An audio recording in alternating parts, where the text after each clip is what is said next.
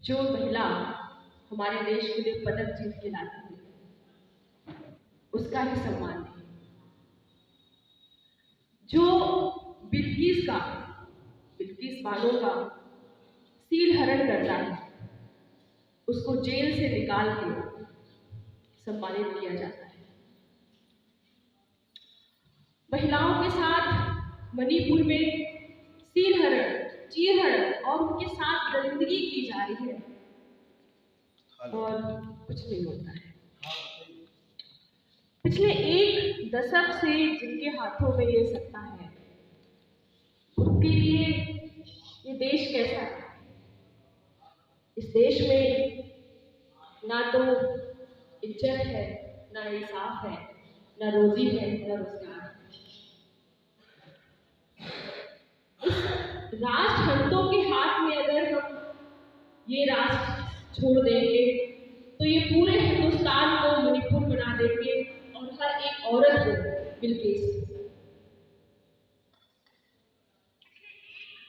हम लोग इस देश को कैसा बनाना चाहते हैं? आज कल रात में 12:30 बजे फोन आता है एक औरत का, एक माँ का, कि उसकी बेटी को मारा जा रहा है। 12:30 बजे रात में, कि उसको ना पुलिस सुन रही है, ना कोर्ट, ना कचहरी। तो जब हमारे हाथ में काम नहीं है, रोटी नहीं है, रोजगार नहीं है, तो हम न्याय की बात करते हैं। आज बराबरी की संख्या में लगभग महिलाएं बैठी हैं। ये किस उद्देश्य से हम, क्या मन में चल रहा है कि जब हमारे लिए ही कोई काम नहीं है तो हम किस पे चर्चा करें? आज अगर हर व्यक्ति के हाथ में काम है, भाई नौकरी एक को क्यों?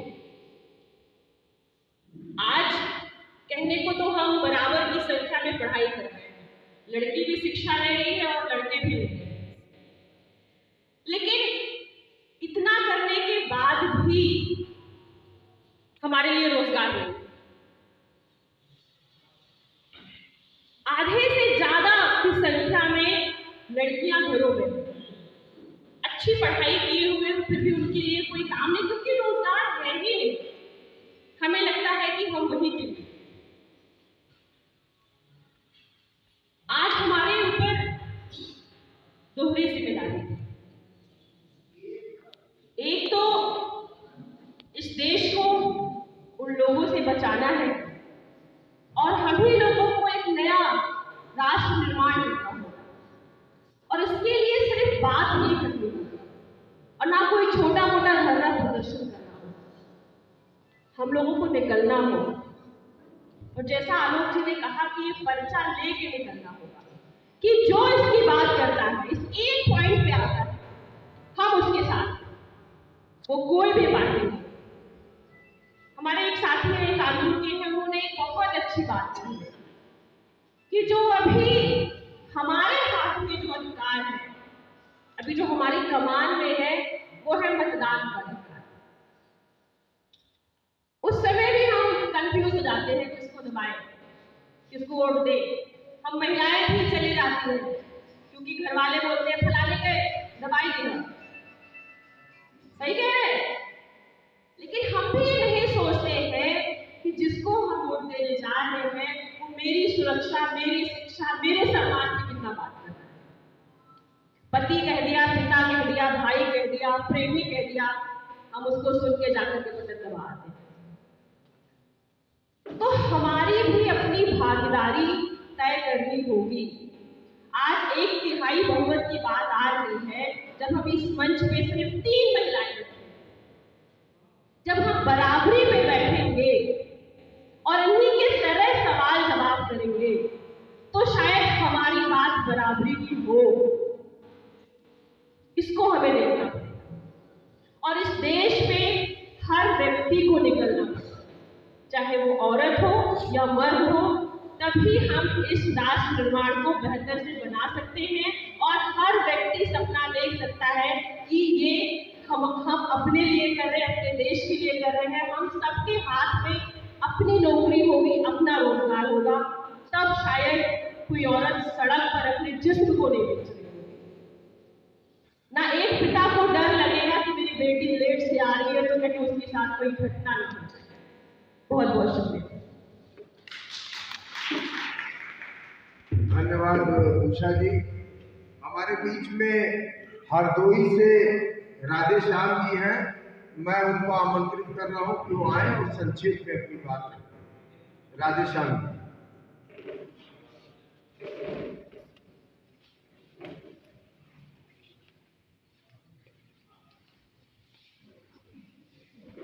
आज इस कॉमन हॉल में दूर दराज से आए हुए सभी सम्मानित साथियों को नया वर्ष मंगलमय हो। आप सबके बीच में मुझे इस प्रोग्राम की जानकारी जैसे ही मिली वैसे ही अपने कुछ साथियों को भी यहाँ के लिए आमंत्रित किया, लेकिन हो सकता है कुछ लोग आ जाए या ना आ जाए। लेकिन मैं अपने मल्लावा जनपद हरदोई में इस मिशन को आगे बढ़ाने के लिए स्वयं में कुछ जिम्मेदारी ले ली है। पिछले दिनों 24 दिसंबर 23 दिसंबर में एक मीटिंग रखे थे और आगे आने वाले समय पर 24 जनवरी को एक प्रोग्राम तरौली गांव में है। और मैं चाहता हूं कि बैलेट पेपर पर जब विश्वास लोकतंत्र का नहीं है तो हम लोग इसका हर जगह गांव से और कस्बे से शहर से पूरा विरोध करें कि बैलेट पेपर से चुनाव किया जाए, ईवीएम को हटाया जाए। और दूसरी बात यह है कि किसानों के बीच में हम देखते हैं कि गांव-गांव में फसलें बहुत तेजी से नष्ट हो रही हैं, क्योंकि जो आवारा पशु है उससे बहुत से चाहे मोटरसाइकिल चलाने वाले हों, चाहे जीप चलाने वाले हों, चाहे पैदल चलने वाले हों या खेत खलिहान में रखवाली करने वाले हों, आज हम देखते हैं कि 10-10, 15-15 हजार आबादी पर किसी प्रकार की व्यवस्था नहीं है जानवरों को रोकने की। उससे कम से कम किसानों को बेतहाशा जो फसल नष्ट हो रही है, इसके लिए हम चाहते हैं कि कम से कम पशु निदेशालय कार्यालय की तरफ से उसकी टीम बनाई जाए और कम से कम ये सरकार जगह जगह 15,000 10,000 आबादी पर कैंप लगाए और कैंप में उस पशुओं को सुरक्षित रखे।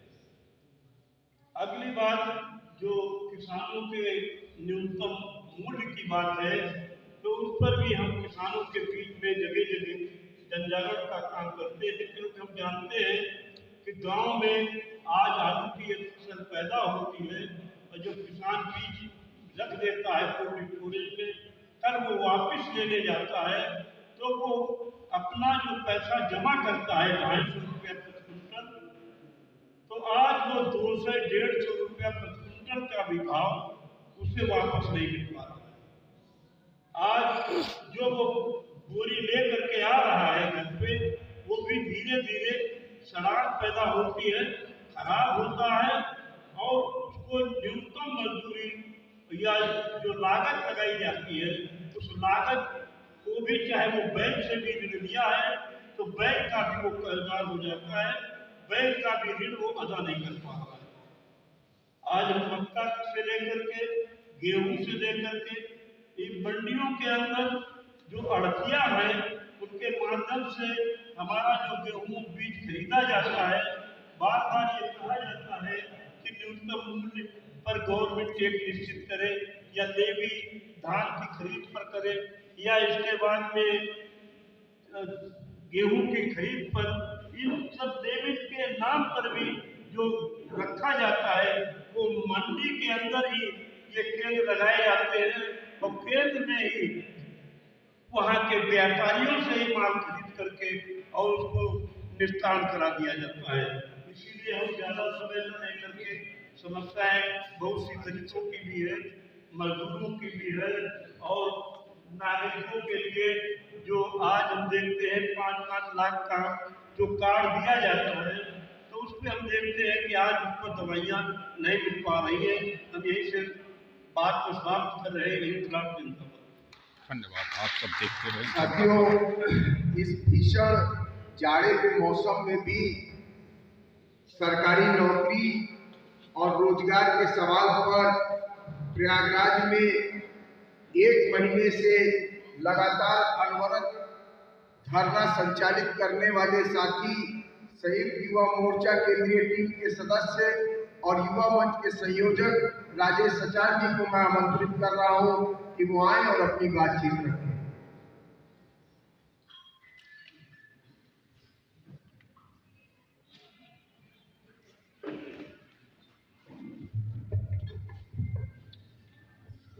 मंच पर बैठे हुए all India people's front IPF के राष्ट्रीय अध्यक्ष मदन दानापुरी साहब, पूर्व कैबिनेट मंत्री लड्डू प्रसाद जी और इस प्रदेश भर से आए हुए विभिन्न आंदोलनों के प्रतिनिधिगण, मित्रों, इस भीषण ठंड में ये जो प्रतिनिधियों का सम्मेलन आयोजित किया गया है,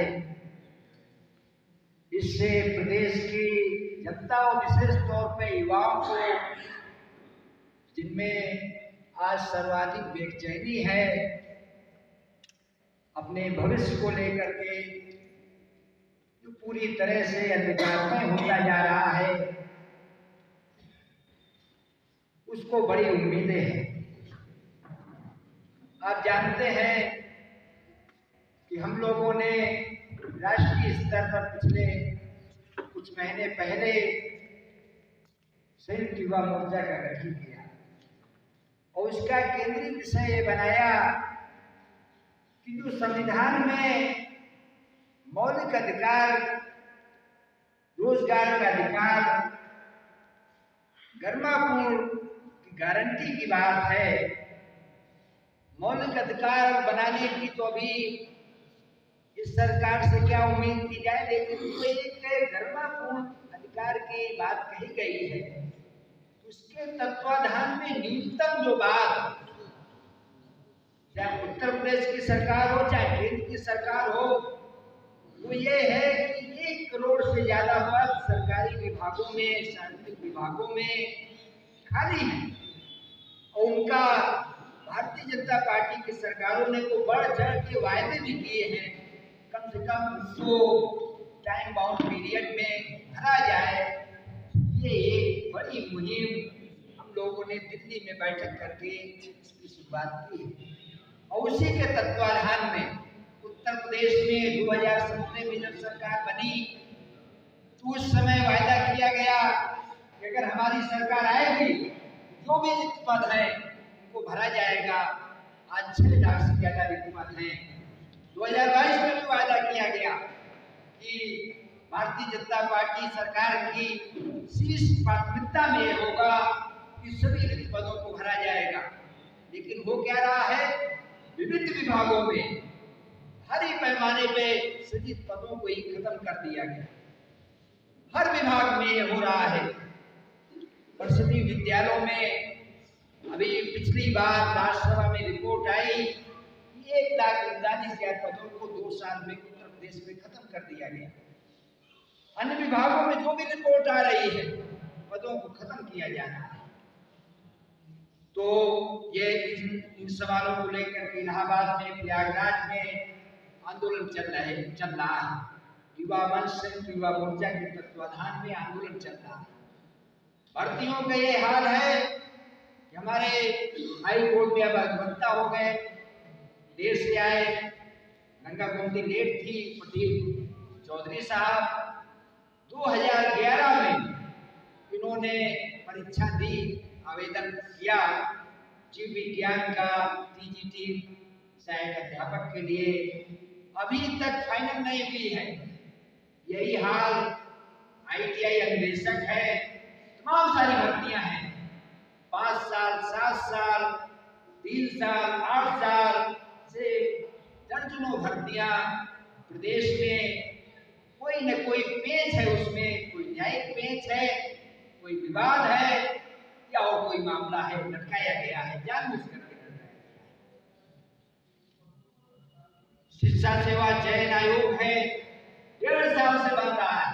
वैसे तो 2017 से अनाउंसमेंट था कि सरकार का डीन प्रोजेक्ट है, तमाम सारी जो भर्तियां शिक्षक की हैं उनको एक मिला दिया जाएगा, इसको डीन प्रोजेक्ट पर बताया गया। 3 जनवरी पिछले साल घोषणा की गई कि जल्द से जल्द बनेगा, लेकिन भर्तियां ठप है तो ये बना नहीं, अभी तक नहीं बना है। प्रदेश भर के युवाओं को इससे बड़ी नाराजगी है सरकार को लेकर, लेकिन सरकार को कोई फर्क नहीं पड़ता है। उसे ऐसा आत्मविश्वास है कि प्रदेश का युवा उसका कुछ नहीं बिगाड़ सकता, लेकिन ये सरकार गलतफहमी में है। किसानों के आंदोलन के प्रतिनिधि हैं, कर्मचारी आंदोलन के प्रतिनिधि आए थे और भी लोग बैठे हैं, हमारे कमजोर तबके सामाजिक न्याय आंदोलन के प्रतिनिधि हैं।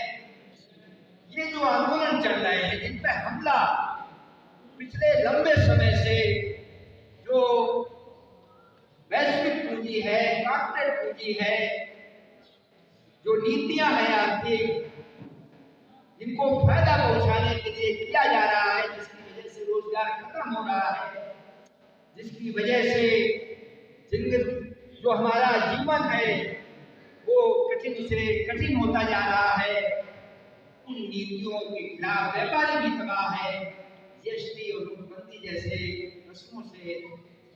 तो ये जो छोटा मोटा कारोबारी है, ये जो एक जनता का मोर्चा बन रहा है, मैं पार्टियों के मोर्चे की बात नहीं कर रहा, वो बने, भारतीय जनता पार्टी को हराया जाए, लेकिन वो अच्छी बात है। हम सब लोग भारतीय जनता पार्टी को चाहते हैं, जिस तरह से मैडम ने भी लिखा है, तानाशाही नहीं, लोकतंत्र चाहिए। लोकतंत्र का सवाल बड़ा प्रमुख सवाल आज बना हुआ है, तो हम सब चाहते हैं, लेकिन एक जो ज्वलंत मुद्दे हैं, जिसमें आजीविका का प्रश्न सबसे महत्वपूर्ण प्रश्न है, उन तमाम ज्वलंत मुद्दों को लेकर के एक जो एकता बन रही है प्रदेश में और देश में, ये एकता परवान चढ़ेगी, मुझे पूरी उम्मीद है। राष्ट्रीय स्तर पर जैसे पहले किसान आंदोलन चला, उसी तरह से एक नए सिरे से आज के सम्मेलन से ये जो चौतरफा हमारी जिंदगी तबाह की जा रही है, इसके विरुद्ध एक बदलाव के लिए मुकम्मल बदलाव जिंदगी में हो और एक नई राजनीति, जनतांत्रिक राजनीति खड़ी हो, इसके लिए यहाँ से एक अभियान का आगाज होगा।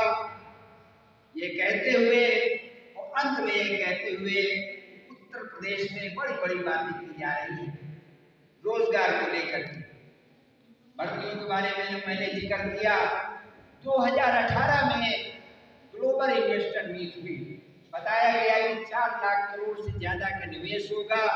सरकारी आंकड़े हैं कि 10% से ज्यादा का निवेश नहीं हुआ है। वो निवेश किसमें हुआ है? वो निवेश को बिल्डिंग बनाने में हुआ है, कोई भी इंफ्रास्ट्रक्चर नहीं हुआ। दोबारा इन्वेस्टर मीट हुई, विदेश में गए हमारे मंत्री, लाखों करोड़ रुपए प्रचार में खर्च किया गया। रोजगार देने में ये किया जा रहा, वो किया जा रहा, देश में होर्डिंग छपवाई जा रही है, विज्ञापन निकाले जा रहा, तो रुपए पानी की तरह बहाया जा रहा है। लेकिन सच्चाई ये है, उत्तर प्रदेश में ये देशी विदेशी कॉर्पोरेट कंपनियों के निवेश की बात छोड़िए, उनका तो निवेश कहीं दिख नहीं रहा है।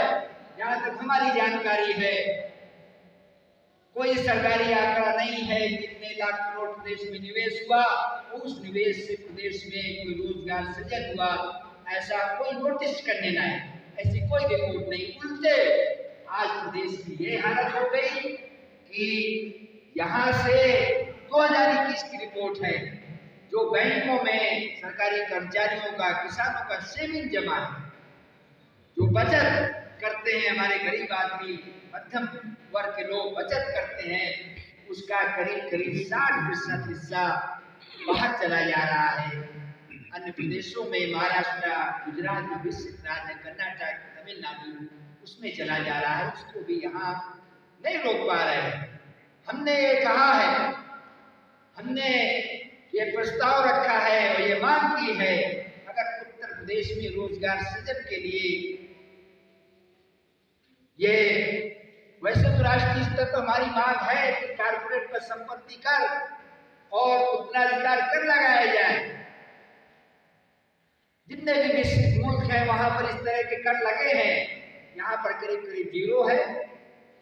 लेकिन अगर जो हमारा पैसा है उस पैसे को भी यहाँ उपयुक्त तकनीक दी जाए, युवाओं को, महिलाओं को यहाँ पूंजी दी जाए, बाजार मुहैया कराया जाए, तो हमारे पिछले जो इलाके हैं, जो कृषि आधारित उद्योग धंधे लगाए जाए, प्रोसेसिंग उद्योग को बढ़ावा दिया जाए, चाहे आगरा का जोल हो आलू का, चाहे टमाटर का, सोनभद्र से लेकर के तमाम सारे इलाके हैं, या और तमाम सारे कृषि बेस्ड इंडस्ट्री है या एमएसएमई।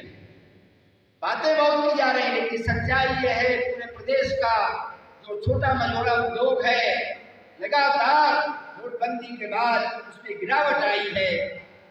आंकड़ेबाजी जो कर ली जाए, पूर्वांचल में चाहे बुनकरी का उद्योग हो, चाहे आगरा में फुटवियर का उद्योग हो, बनारस में कालीन का उद्योग हो, भदोही में हर तरफ चौतरफा गिरावट है। और इसकी वजह से प्रचार जो किया जाए, इसकी वजह से आज हालत ये हो गई है, एक तरफ सरकारी नौकरी बंद है, तो पढ़े लिखे जो हमारे युवा हैं, वो जो पिछड़े इलाके, पिछड़े प्रदेश है, बिहार, झारखंड, राजस्थान, हमसे नीचे थे, वहाँ नौकरी के लिए भाग रहे हैं, आवेदन कर रहे हैं, जा रहे हैं। और जो विकसित राज्य है, बड़े पैमाने पर युवा वहाँ छोटी मोटी नौकरी आजीविका के लिए जा रहा है। दुर्भाग्यपूर्ण स्थिति यह है कि सोनभद्र में हमने देखा आदिवासी छात्राएं, गरीब प्रश्नों की छात्राएं इंटर बीए पास है, कोई रोजगार नहीं है कि 10,000 रुपए का रोजगार मिल सके। बंगलौर जा रही है, महाराष्ट्र जा रही है, हर तरीके का शोषण होता है, कोई सिक्योरिटी नहीं है। ऊपर से आप जो कुछ सिक्योरिटी थी लेबर की, इसमें लिखा हुआ है, उसको भी इस नाम पर कि अंग्रेजों ने बनाया, इस नाम पर खत्म किया जा रहा है। और सब कुछ नए सिरे से पूरा एक संविधान पे, लोकतंत्र पे हमला है। इसलिए आप सबसे हम कहना चाहते हैं कि और सरकार को आगाह करना चाहते हैं कि ये जो युवा आंदोलन 37 दिनों से भीषण ठंडी में चल रहा है, इको गार्डन में भी चल रहा है, इलाहाबाद में भी चल रहा है, पूरे प्रदेश में अलग अलग जगह से चल रहा है। ये जो चल रहा है युवा आंदोलन की तरफ से हम कहना चाहते हैं कि आने वाले दिनों में एक बहुत बड़ा आंदोलन की रूपरेखा यहाँ से जो तैयार हो रही है, उसके अनुरूप इलाहाबाद में भी एक बड़ा आंदोलन होगा और लखनऊ में भी एक बड़ा आंदोलन किया जाएगा। संयुक्त युवा मोर्चा के तत्वाधान में एक बड़ा अभियान होगा। आचार संहिता लागू होने के पहले एक बड़ा अभियान चलाया जाएगा और उसके बाद हम लोग तय करेंगे कि आने वाले लोकसभा चुनाव में क्या किया जाए। भारतीय जनता पार्टी को युवाओं की जो उपेक्षा की जा रही है और जो उसके भविष्य के साथ खिलवाड़ किया जा रहा है, उसको खामियाजा चुनाव में जरूर भुगतना पड़ेगा। धन्यवाद। इंकलाब जिंदाबाद। आप सब देखते रहे जनता। साथियों, हम लोग के बीच में गोरखपुर से चल के आए बुद्धिजीवी हैं, कई किताबें उन्होंने लिखी हैं। मैं अलग निरंजन जी को आमंत्रित कर रहा हूँ कि वो आए और अपनी बात